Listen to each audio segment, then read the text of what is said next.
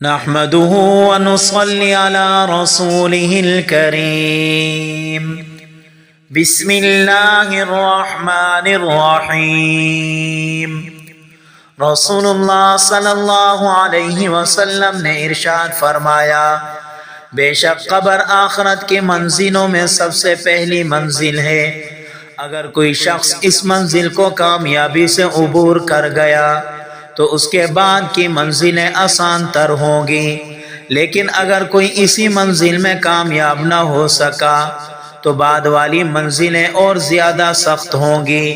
تو میرے بھائیوں، قبر کی پہلی رات کا آنکھوں دیکھا حال آج تک نہ کوئی بیان کر سکا، اور نہ ہم اور آپ دنیا والوں سے بیان کر سکیں گے.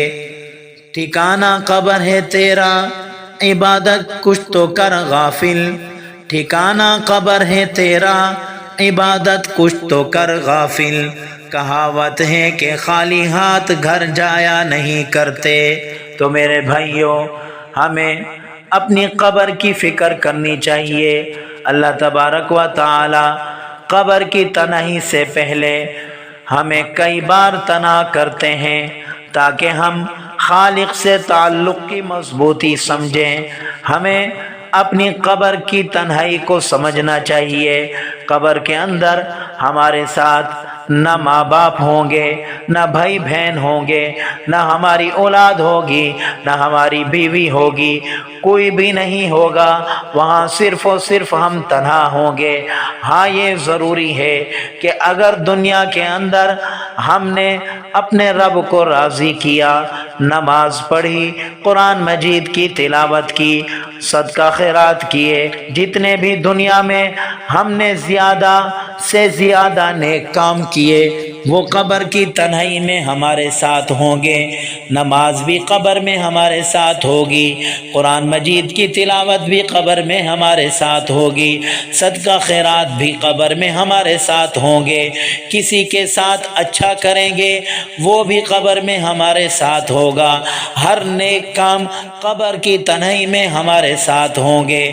اگر دنیا میں ہم نے کوئی بھی نیک کام نہیں کیا تو قبر کی تنہائی ہم سے برداشت نہیں ہوگی. یاد رکھیے، قبر آخرت کی منزلوں میں پہلی منزل ہے. جو کوئی بھی اس پہلی منزل میں کامیاب ہو گیا وہ آگے کی ساری منزلوں میں کامیاب ہو جائے گا. جو اس پہلی منزل میں ناکام ہو گیا وہ آگے کی ساری منزلوں میں ناکام ہو جائے گا. ہمیں نماز کی پابندی کرنی چاہیے. آج کل ہم محلے کی مسجد میں نماز پڑھنے نہیں جاتے اور مدینہ منورہ میں مرنے کی دعائیں مانگتے ہیں. تو یاد رکھیے، اگر نماز نہیں پڑھیں گے، قرآن مجید کی تلاوت نہیں کریں گے اور کوئی نیک کام نہیں کریں گے، چاہے ہمیں مدینہ منورہ میں موت ہی کیوں نہ آئے، تو اللہ رب العزت اگر چاہیں تو اپنی رحمت سے ہمیں معاف کر دیں گے. اگر وہ چاہیں تو اپنی رحمت سے ہمیں معاف نہیں کریں گے.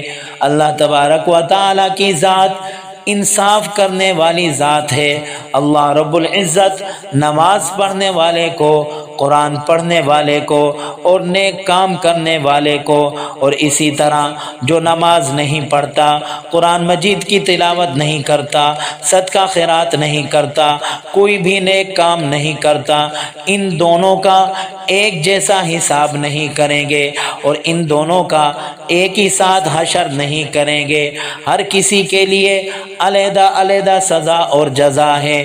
تو ہمیں اپنی قبر کی فکر کرنی چاہیے. اگر ہم نے اپنی قبر کی فکر کر لی تو ہماری آخرت اچھی ہو جائے گی. اس کے ساتھ ساتھ ہی اللہ رب العزت ہماری دنیا بھی بہت اچھی کر دیں گے. دعا ہے کہ اللہ تبارک و تعالی ہم سب کو آخرت کی تیاری کرنے کی توفیق عطا فرمائے. آمین.